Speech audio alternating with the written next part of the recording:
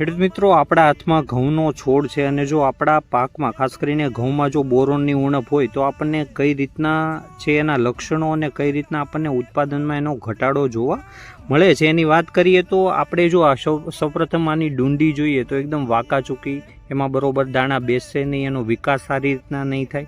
અને ખાસ કરીને આપણે જે આ ઝંડા પાન છે, જે ફ્લેગ લીફ છે, એ કોકડાઈ જવું, વળી જવું એવા પ્રશ્નો આપણને જોવા મળે છે જો આપણા પાકમાં ખાસ કરીને બોરોનની ઉણપ હોય તો. અને આપણે પાન જોઈએ તો પાનમાં આપણને ઉપસાયેલો છે એ ભાગ જોવા મળે છે. તો આ છે એ બોરોનના લક્ષણો છે. અને જો બોરોનની ઉણપ હોય તો આપણને ઉત્પાદનમાં પણ ઘણો બધો છે એ ઘટાડો જોવા મળતો હોય છે.